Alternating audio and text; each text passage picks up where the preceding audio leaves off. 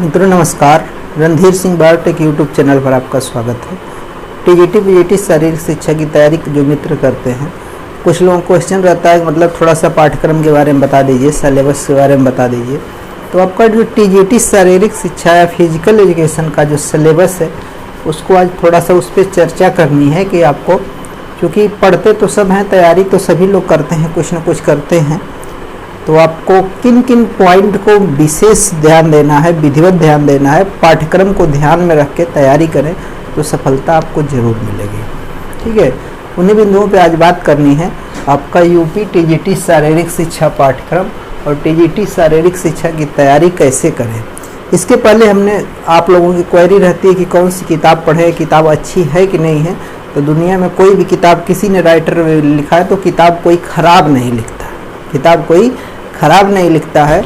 उसके अलावा आपका है कि किस किताब से कहाँ से बढ़िया मैटर मिल जा रहा है उसको आप नोट करें, नोट्स खुद से बनाएं, नोट कर लें मेन बातों को, जो अच्छी बातें मिल जाए।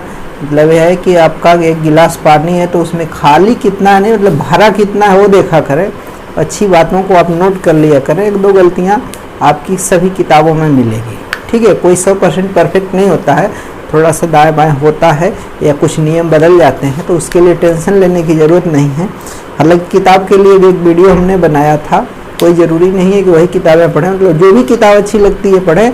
और आपका जो पाठ्यक्रम है, जो सिलेबस है, उस सिलेबस के अकॉर्डिंग आप पढ़ाई करें और उनमें से कुछ महत्वपूर्ण बिंदुओं को आप नोट जरूर करें। क्या करें, अपने से कुछ शॉर्ट नोट्स अपने से स्वयं जरूर बनाएं, अपने से नोट बनाएं और पाठ्यक्रम को ध्यान में रख के यूपी का टीजीटी का, उत्तर प्रदेश माध्यमिक शिक्षा सेवा चयन बोर्ड का आपका जो एग्ज़ाम होता है, माध्यमिक शिक्षा सेवा चयन बोर्ड का जो उत्तर प्रदेश का एग्ज़ाम होता है, उसके टीजीटी का सिलेबस आप देखेंगे, नेट पे पड़ा हुआ है, ग्रुप में भी इसको डाले हैं, फिर से डाल देंगे, आप देख सकते हैं। देखने में काफ़ी छोटा लगेगा, देखने में काफ़ी छोटा लगेगा, लेकिन इसमें ढेर सारे लगभग 12 से 14 सब्जेक्ट को इसमें पूरा समेटा हुआ है।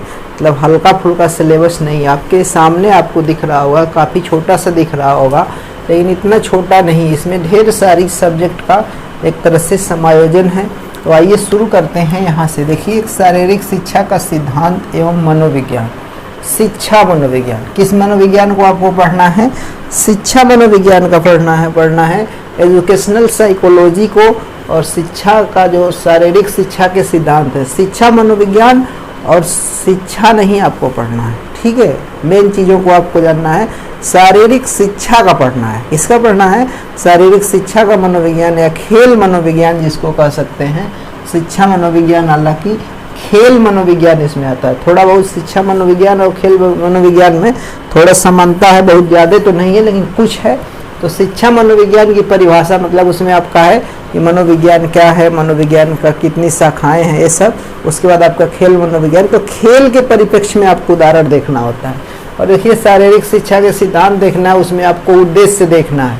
क्या देखना है? उद्देश्य, लक्ष्य, फिर शारीरिक शिक्षा का जैविक आधार देखना है कि इसका जैविक आधार क्या है, वो सब के बारे में पढ़ना होता है। इसमें कुछ परिभाषाएँ महत्वपूर्ण कुछ दार्शनिकों के आपकी परिभाषाएं आपकी पता होनी चाहिए, जो पूछी जाती है। दे देता है कि शरीर द्वारा शरीर को दी जाने वाली शिक्षा किसने दी, किसने लिखा है, ये किसका कथन है। तो ये परिभाषा से एक दो क्वेश्चन आपका आता है, तो परिभाषा देखना है, उसका उद्देश्य, लक्ष्य और जैविक आधार क्या है। उसके अलावा यहाँ से क्वेश्चन 2-4 बन जाते हैं। वंशानुक्रम एवं वातावरण, किसका वंशानुक्रम क्या है, हेरिडिटी क्या है, और क्या है इन्वायरमेंट क्या है, वातावरण क्या है, उसका गुण क्या है, गुण। यह पूछ देता है बालक के विकास पे किसका प्रभाव पड़ता है, कैसे मतलब प्रभावित है, तो आनुवंशिकता वातावरण दोनों से होता है। ठीक है, अलग अलग प्रकार के क्वेश्चन बनाते हैं, अलग अलग विकल्प सेट किए जाते हैं। तो आपको वंशानुक्रम देखना होगा, आनुवंशिकता संबंधित कुछ बीमारियों को भी देखना होगा, सामान्य सी बीमारियाँ, और गुण, वातावरण के गुण। फिर पुरुष एवं महिला में अंतर, उसी में आपका क्या है, पुरुष और महिला में क्या अंतर होता है। आपको चूँकि पढ़ाना है तो दोनों में अंतर होता है, और अंतर को जानते रहेंगे, मेल फीमेल दोनों कैंडिडेट आते हैं, तो आप एक अच्छा मतलब वो कर सकते हैं। तो पुरुष और महिला में अंतर क्या होगा, शारीरिक अंतर क्या होता है, बौद्धिक, मतलब तमाम आपका आता है। ठीक है। तो इसमें आप पढ़ेंगे कि शारीरिक संरचना जो है उसमें क्या क्या अंतर आते हैं, कौन कौन से अंगों में तुलना मतलब करके आपको मिलेगा, वो आपको विशेष ध्यान देना होता है, ठीक है। इसके बाद है शेल्डन और क्रिस्मर द्वारा वर्गीकरण। एक आपके हैं शेल्डन है, एक क्रिस्मर है, इसके अलावा 2-4 और मिल जाएंगे, उनका नाम इसमें हालांकि नहीं है लेकिन वहाँ से पूछा जाता है। और शेल्डन और क्रिस्मर से तो बार बार पूछा जाता है, ठीक है। तो इनके आधार पे व्यक्तियों का वर्गीकरण है। किसका वर्गीकरण है? शेल्डन क्रिस्मर के आधार पे। उसके बाद सामाजिक आधार देखा जाता है। क्या देखना है? ये सामाजिक आधार है। तो सामाजिक आधार में देखिए परिवार, सबसे छोटी इकाई परिवार होता है, व्यक्ति होता है। परिवार मतलब कई व्यक्तियों का हो गया परिवार। और परिवार में एक तरह देखा जाए बच्चे का प्राथमिक पाठशाला घर परिवार होती है, और माँ जो होती है वो शिक्षिका होती है, उसकी टीचर जो होती है माँ होती है। परिवार, समुदाय, विद्यालय। उसके बाद देखिए बच्चा बड़ा होता है तो विद्यालय में शिक्षा लेने जाता है। तो विद्यालय, और विद्यालय में मतलब सभी में क्या होता है, व्यक्तिगत विभिन्नता होती है। तो व्यक्तिगत अंतर, व्यक्तियों में क्या अंतर होता है, एक व्यक्ति से दूसरे व्यक्ति में क्या अंतर होता है, इसका अध्ययन करना है। वहाँ से क्वेश्चन आते हैं। उसके बाद प्रेरणा, प्रेरणा मतलब मोटिवेशन, प्रेरणा मीन्स मोटिवेशन। तो मोटिवेशन क्या है उसके बारे में आपको पढ़ना है। इंट्रिंसिक, एक्सट्रिंसिक, जैसे अभिप्रेरणा, आंतरिक अभिप्रेरणा, बाह्य प्रेरणा आपका है, वैयक्तिक अभिप्रेरणा है, ठीक है, अचीवमेंट आपका है, उपलब्धि है। तो उस सब के बारे में पढ़ेंगे। प्रेरणा से 1-2 क्वेश्चन आते रहते हैं, मतलब हर जगह से 1-1, 2-2 क्वेश्चन आते हैं। और कुछ पॉइंट ऐसे हैं जहाँ से ढेर सारे क्वेश्चन आते हैं। तो हर पॉइंट को आपको देखना होगा। 1 क्वेश्चन, 2 क्वेश्चन, 4 क्वेश्चन अगर कम पड़ जाता है आपका, तो आप इस सिलेबस को ध्यान रखते हुए हर पॉइंट को देखें, आपका काम हो जाएगा। उसके बाद सीखने का सिद्धांत, लर्निंग आपको देखना है साइकोलॉजी में कि लर्निंग में इसमें कौन कौन से सिद्धांत लागू होते हैं। सिद्धांत को देखना है, किस सिद्धांत को किसने दिया था, यही दे देता है किस सिद्धांत को किसने दिया था। थॉर्नडाइक, पावलोव, स्किनर वगैरह का तमाम दे देता है, ठीक है। फिर है सीखने एवं सिखाने में स्थानांतरण का नियम, मतलब ट्रांसफर ऑफ लर्निंग वगैरह देखना है, ट्रांसफर ऑफ लर्निंग देखना है। और सिद्धांत शारीरिक शिक्षा के, फिर आपका इसमें है स्थानांतरण शारीरिक शिक्षा के विशेष संदर्भ में। अब शारीरिक शिक्षा के विशेष संदर्भ में आपको देखना है कि ट्रांसफर ऑफ लर्निंग क्या है। जैसे कोई आपका हैंडबॉल का खिलाड़ी है और वो आपका कोई हैंडबॉल का खिलाड़ी है, बास्केटबॉल सीखना का है, दोनों खेलों में समानता है।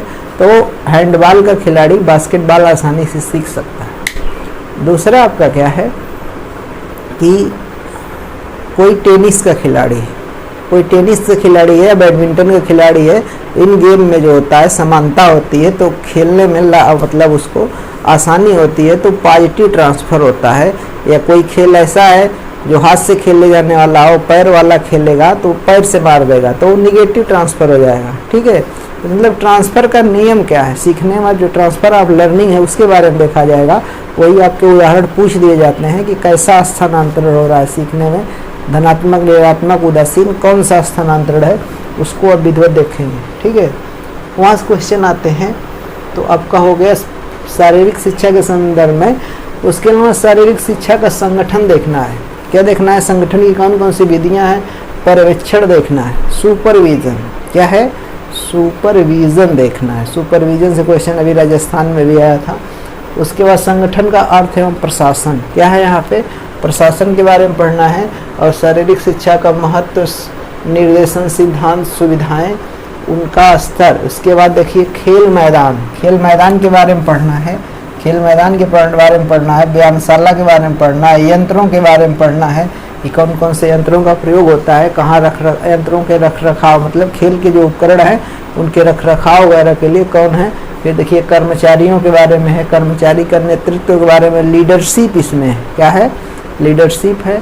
फिर समय सारणी, यहाँ से क्वेश्चन आता है कि समय सारणी क्या है, ठीक है, मतलब किस चीज़ को कितनी देर तक कराना है, किस एक्टिविटी को कितनी देर कराना है। या स्कूल का अगर देखा जाए तो कौन सा मतलब आपका किस समय कितनी देर क्या पढ़ना है, क्या कौन सी एक्टिविटी कराना है। तो समय सारणी का निर्माण इसमें है। फिर वित्त एवं बजट है, यहाँ से भी क्वेश्चन आपका बनता है। तो वित्त एवं बजट क्या है, तो मतलब जैसे आपको कोई सामग्री खरीदवाना है उसके लिए बजट कैसे बनाते हैं, बजट के लिए क्या क्या नियम शर्तें होती हैं, और कितना पैसा है, पैसा कहाँ से आता है, कहाँ जाएगा, मतलब पूरा उसका लेखा जोखा तैयार करना। तो यहाँ से क्वेश्चन आपके बनते हैं वित्त और बजट से। उसके अलावा है विधि के अर्थ एवं महत्व, तो उसके जो नियम हैं, वित्त एवं बजट की जो विधियाँ हैं उसका अर्थ और महत्व, क्योंकि बजट बनाने से मतलब क्या क्या आपको खरीदवाना है, कैसे क्या क्या लाभ है, हानियाँ हैं। नहीं अकेले एक व्यक्ति को दे दिया जाए तो भ्रष्टाचार कर देगा, बेईमानी कर देगा, पैसा लूट लेगा। इसलिए कौन कौन से उसमें मेंबर बनते हैं, किसकी किसकी निगरानी में होता है, कैसे सामान को खरीदना है, कितना आपका बजट है, क्या क्या होना है, सब वो आपका आता है। उसी से क्वेश्चन बनता है। एक दो क्वेश्चन यहाँ से रहते हैं, इसको पढ़े रहेंगे तो सही कर ले जाएंगे, नहीं पढ़े रहेंगे। छोड़ना एक भी पॉइंट को नहीं है, छोड़ना एक भी पॉइंट को नहीं है। श्योर सिलेक्शन के लिए सारे टॉपिक को आपको देखना होगा। एक आपका है इसको प्रभावित करने वाले कारक। अभी आपका था कि समय सारणी है, वित्त है, आपका बजट है, इसको प्रभावित करने वाले कुछ कारक होते हैं। उन कारकों के बारे में देखेंगे, उन तत्वों के बारे में देखेंगे, वो कौन कौन से तत्व हैं, कौन कौन से फैक्टर हैं जो समय सारणी को प्रभावित करते हैं, और आपका वित्त और बजट है जो इसको कौन कौन से तत्व प्रभावित करते हैं। इसके बाद है पाठ्य निर्माण। ये पाठ्य योजना है। क्या है? पाठ्य निर्माण है, मतलब पाठ्य योजना है, उसमें पाठ्य निर्माण लिखा है तो पाठ्य योजना है। लेसन प्लान आपने किया होगा, तो लेसन प्लान में आपका क्या क्या है उसके बारे में देखना है। उसके बाद देखिए प्रतियोगिता मतलब टूर्नामेंट, टूर्नामेंट में आपका आता है वो सब है प्रतियोगिता, खेलकूद समारोह। इसके अलावा जैसे कि आपके विद्यालय में प्रतियोगिता कराना है, खेलकूद समारोह कराना है, तो उसके बारे में क्या क्या होना है। देखिए लीग टूर्नामेंट के बारे में है, नॉकआउट टूर्नामेंट के बारे में पूछता है, इंट्राम्यूलर और एक्स्ट्राम्यूलर, उसके अलावा दिवस। ठीक है, तो यहाँ से क्वेश्चन 5-6 तो बन ही जाते हैं। टूर्नामेंट के आते हैं तो इंट्राम्यूलर क्या है, एक्स्ट्राम्यूलर क्या है, इनके उद्देश्य क्या है, लाभ क्या है, हानियाँ क्या हैं, कैसे कराया जाता है, कौन कौन सी कमेटियाँ बनती हैं, यहाँ से क्वेश्चन बनते हैं। कौन कौन सी कमेटी बनाई जाती है, कैसे टीमों को बुलाना है, कहाँ रहने की व्यवस्था करना है, आवागमन की व्यवस्था क्या, उद्घोषण कमेटी का, तो पूरा आपको बनाना होता है। ठीक है, तो लीग टूर्नामेंट, नॉकआउट टूर्नामेंट, इसी में सीडिंग वगैरह से भी पूछ देता है, बाई देना कैसे आप कराएंगे, इंट्राम्यूलर। इसके बाद आपका दिवस, दिवस में कुछ महत्वपूर्ण दिवस को देखना है, जैसे खेल दिवस, स्वतंत्रता दिवस, गणतंत्र दिवस, राष्ट्रीय पर्व, राष्ट्रीय प्रतीक। ठीक है, तो ये सब जो आपका है कुछ कुछ मेन दिवस यहाँ से पूछ दिया जाता है, तो ये दिवस से भी क्वेश्चन आते हैं। इसके बाद आपको देखना है कोचिंग के सिद्धांत। क्या है?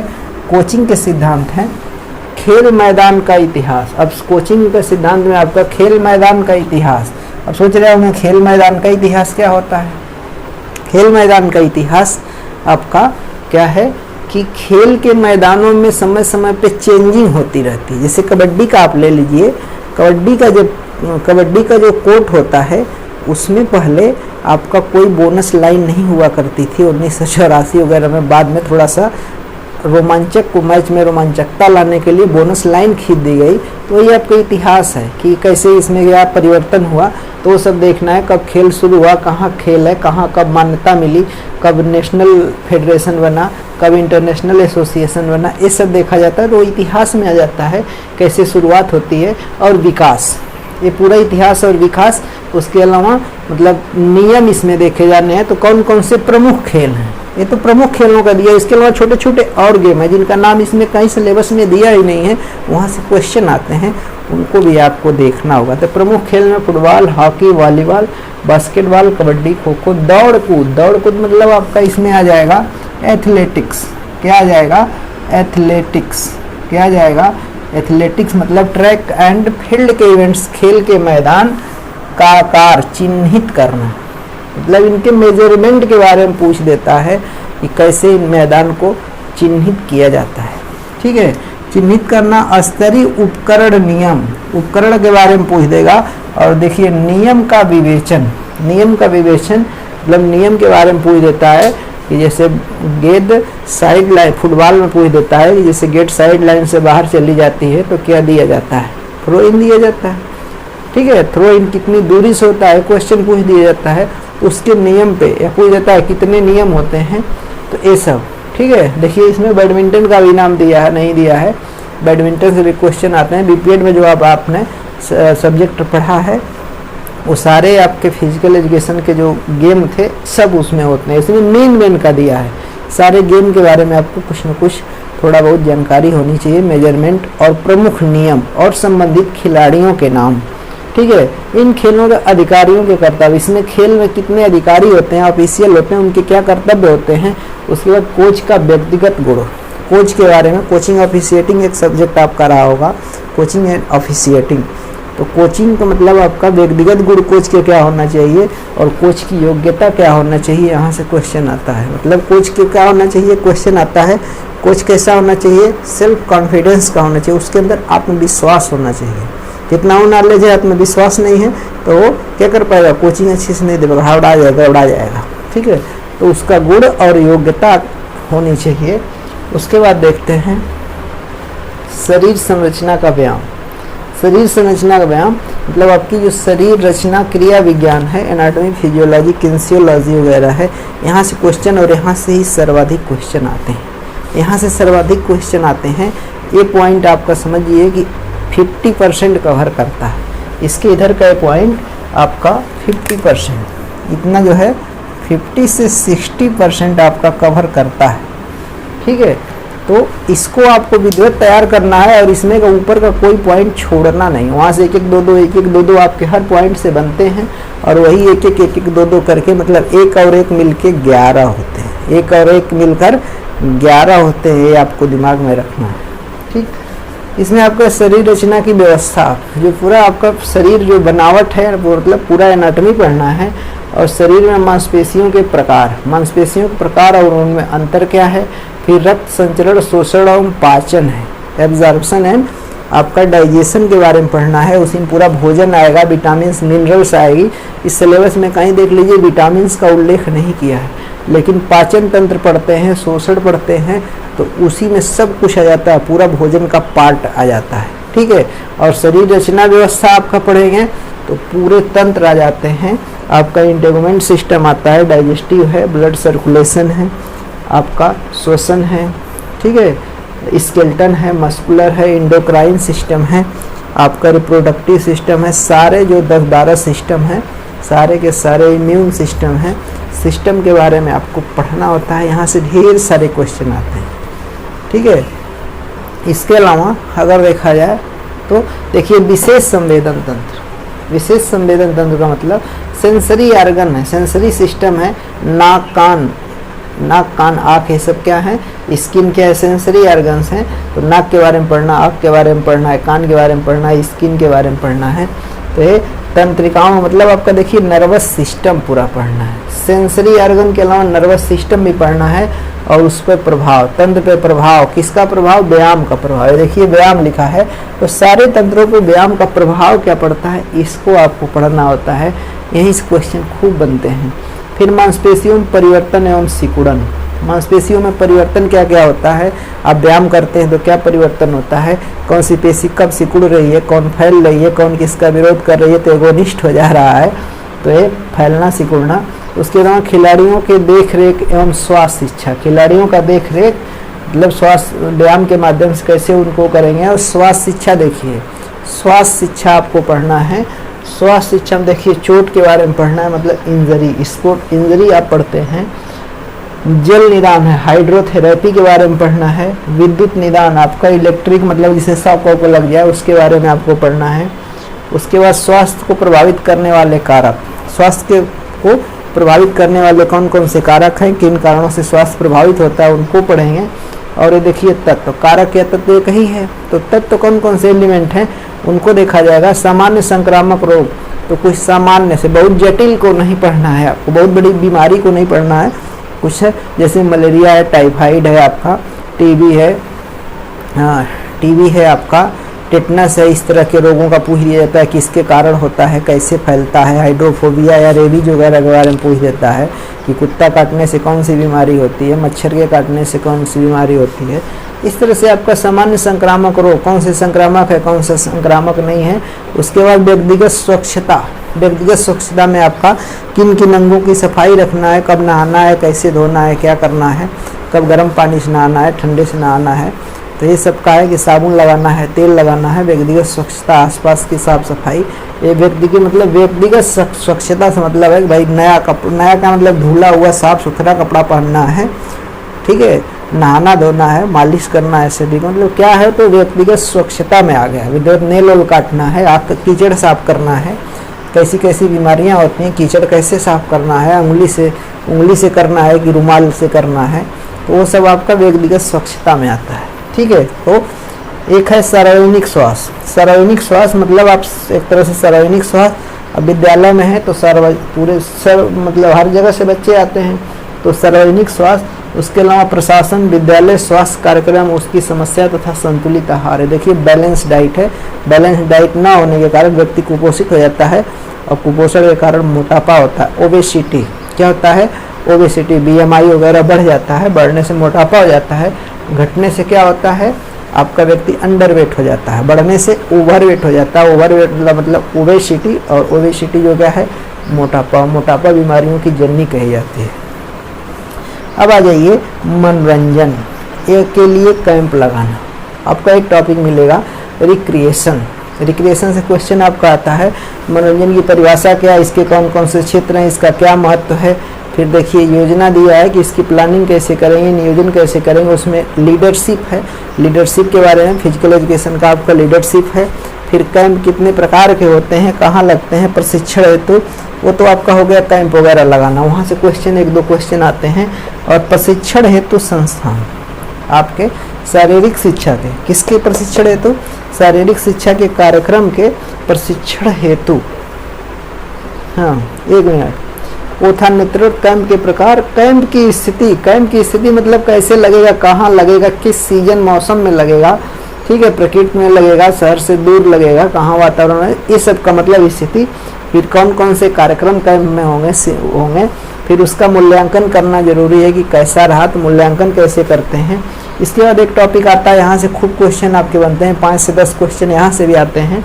भारत में स्वतंत्रता के पूर्व एवं पश्चात शारीरिक शिक्षा के प्रशिक्षण हेतु संस्थान, तो कौन कौन से संस्थान आज़ादी के पहले खोले गए थे, जैसे YMCA, हनुमान व्यायाम प्रसारक मंडल अमरावती है, ये सब आज़ादी के पहले खोले गए हैं।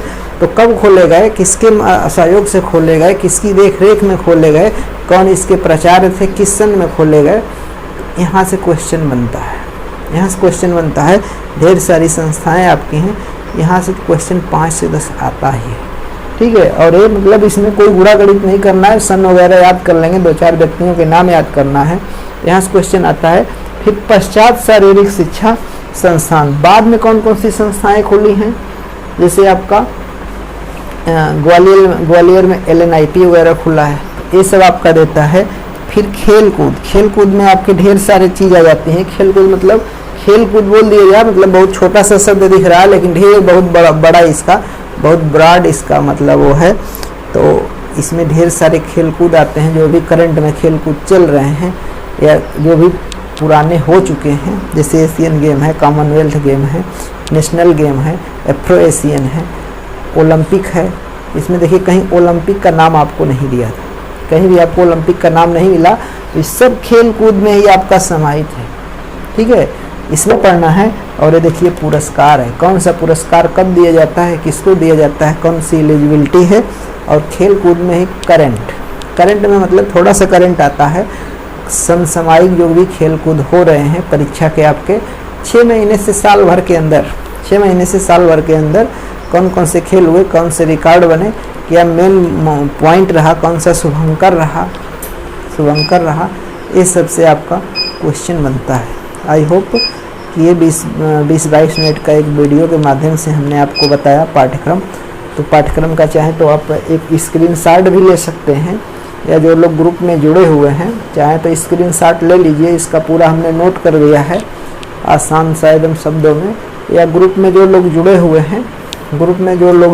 हैं उनको ग्रुप में पूरा आपका उत्तर प्रदेश माध्यमिक शिक्षा सेवा चयन बोर्ड का जो पाठ्यक्रम है, सेम यही पाठ्यक्रम है, प्रिंटेड पाठ्यक्रम ग्रुप में डाल देंगे, उसको आप देख लीजिए।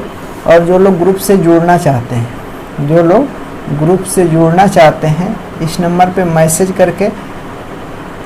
करके जुड़ सकते हैं। अनावश्यक मतलब फ़ोन ना करें, मैसेज करके इस नंबर पे व्हाट्सअप कर दें, ग्रुप में जुड़ सकते हैं। और फिजिकल एजुकेशन TGT से संबंधित जो भी आपकी परीक्षाएं, पूरे ऑल इंडिया जितनी भी परीक्षाएं होती हैं उससे संबंधित मार्गदर्शन प्राप्त कर सकते हैं और इस ग्रुप में जुड़ सकते हैं। और 8 PM डेली शाम को 8 बजे यूट्यूब पे लाइव, ये हमारा यूट्यूब लाइव सेशन चलता रहता है। लाइव 8 बजे आकर आप ढेर सारी जानकारियों से अवगत हो सकते हैं, सीख सकते हैं और एक सीट अपनी रिजर्व कर सकते हैं। रिजर्व मतलब आप अपनी खुद पढ़ के सेलेक्ट हो सकते हैं, ठीक है। एक सीट आपको किसी न किसी भर्ती में ज़रूर मिल जाएगी। 8 बजे आप जुड़े, 8 बजे हमारा मार्गदर्शन डेली चलता रहता है। इस नंबर पे फ़ोन कर दें, ग्रुप में फ़ोन नहीं मतलब मैसेज कर दें, ठीक है। इस नंबर पे आपको जो दिया जाएगा, लिंक वगैरह जो भी होगा, आपको जो भी संबंधित आपकी सूचनाएं होंगी इस नंबर पे आपको समय समय पे दी जाती रहेंगी। आई होप कि ये वीडियो अच्छा लगा होगा। वीडियो अच्छा लगा होगा तो कमेंट करके ज़रूर बताएं और कौन सी जानकारी चाहते हैं ये भी ज़रूर बताएं। इसी के साथ पूरा वीडियो देखने के लिए बहुत बहुत धन्यवाद। चैनल पे नए व्यूअर हों, नए विजिट कर रहे हैं तो चैनल को सब्सक्राइब कर लें। उससे सब्सक्राइब मतलब कुछ लोग वीडियो तो देखते हैं सब्सक्राइब नहीं करते हैं, सब्सक्राइब कर लेंगे तो जो भी वीडियो आपको आने वाली होगी उसके नोटिफिकेशन मिल जाएगा, आपके तक आसानी तक पहुंच जाएगी, यही फ़ायदा होता है। तो सब्सक्राइब कर लीजिए। मैटर अच्छा लगा होगा तो कमेंट करके ज़रूर बता दें। पुनः एक बार बहुत बहुत धन्यवाद सपोर्ट के लिए, अपना बहुमूल्य समय देने के लिए। जय हिंद, नमस्कार।